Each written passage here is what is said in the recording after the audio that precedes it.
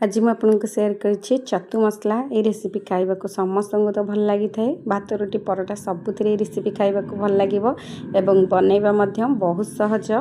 नमस्कार ममता किचन ओडिया को आपण समस्त को अनेक अनेक स्वागत। एबे चलंतु देखिना आज रेसिपी। आज रेसिपी बनैबा पई मु एठी 500 ग्राम नै जेछि छतु। तो यही भाव छतु को प्रथमे बाछि नवा।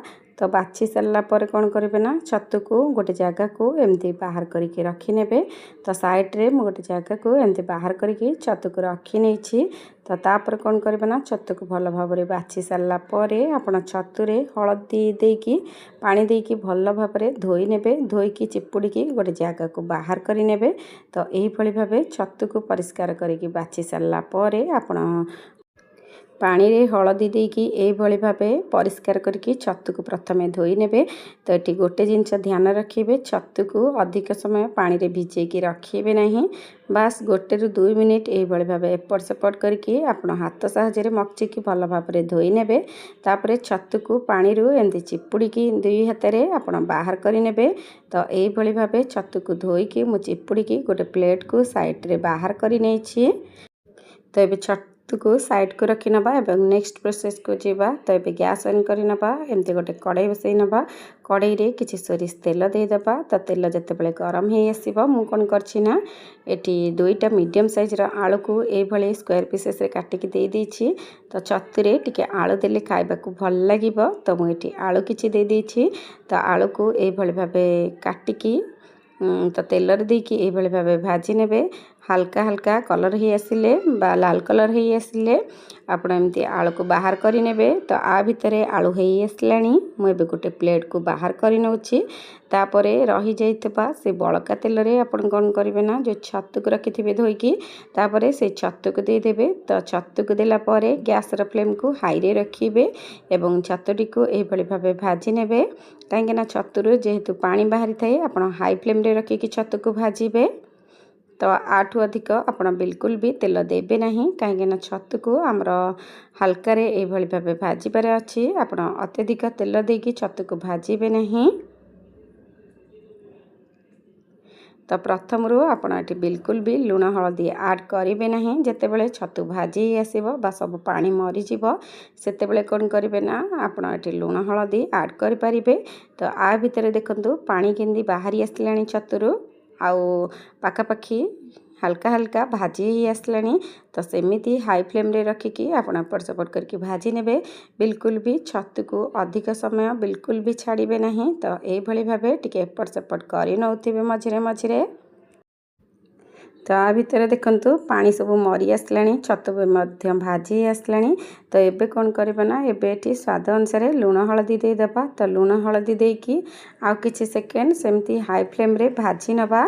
तो जेतेबेले भल भाव में भाजी आसीबो छतु आपण कौन करिवे ना छतु को मध्य सेमती गोटे प्लेट को बाहर करि नेबे।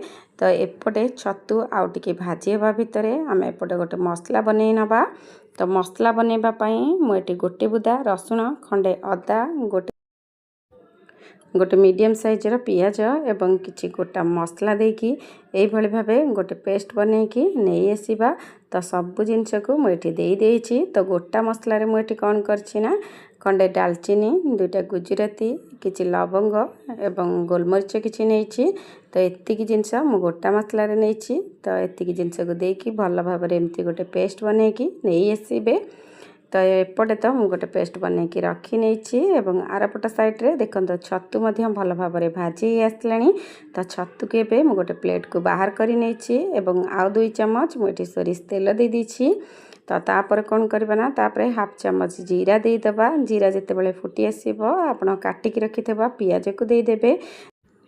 तो मुझे 2टा पियाज नहीं जाइए एवं ताकू एमती छोट छोट करके काटिकी रखी नहीं। तो से पियाज को देकी एमती हल्का गोल्डन ब्राउन कलर है पर्यंत आपण भाजी नेबे। पियाज जेतेबेले हल्का ब्राउन कलर हो आसीबो आपण कौन करेंगे ना काटिकी रखिथबा टमाटो को दे देबे। तो टमाटो एठी मु 2टा नहीं। तो पियाज आ भितरे हल्का हल्का हो आसलानी। तो तापरे एठी टमाटो को दे देबा। तो टमाटो एठी बड़ साइज रो मु 2टा नहीं। तो टमाटो एवं पियाज को देकी एभली भाव भाजी नवा। तो तापर कौन करबा ना सब गुंड मसला को देदेबा। गुंड मसला रे गोटे चमच जीरा गुंड, गोटे चमच धनिया गुंड, गोटे चमच लंका गुंड, सेमती गोटे चमच मीट मसला। तो एतिकी गुंड मसला को देकी से पियाज टमाटो रे आपण एमती कषि नेबे। गैस रे फ्लेम को आपण एटी लो रे रखिथिबे। तो 2 ରୁ 3 मिनिट एभली भाव भाजिला परे आपण बाटिकी रखिथिबा बटा मसला को एटी देदेबे। बटा मसला को देकी सेमती कषि नेबे। तो मसला ये देला पर किसी सेकेंड एमती कषि नेबे। तापर कौन करबा ना सही बाउल को धोईकी अध कप पानी देकी एभली भाबे आउ टिके एमती कषि नेबे। गैस रे फ्लेम को आपण लो रे रखिथिबे। आपण से पर्यंत कषिबे जे पर्यंत कि मसला रु तेल अलगा न हो जाइछि बा मसलार कलर चेंज न हो जाइछि। देखंतु आ भितर मसलार कलर चेंज हो आसलानी आ मसला भी मध्य भल भाव में कषि हो आसलानी। तो ए स्टेज रे आपण कोन करिवे ना स्वाद अनुसार लूण दे देबे। तो आपण एटी गोटे जिनस ध्यान रखिबे काहेकि ना आपण भाजिला बेले छतु को लूण देइथिले आपण एटी मसला को देखिकी स्वाद अनुसार लूण दे देबे एवं तापर टिके एमती भाजी नेबे। तापर कोन करिवे ना आपण जो आलू छतु को भाजिकी रखिथिबे तापर से छतु रे देकी एमती भाजी नेबे। पाखापाखि 5 मिनिट टिके एपट सेपट करके एमती खोला रे भाजी नेबे मसला रे जेमती आलू छतु भल भाव में कषि हो जाए।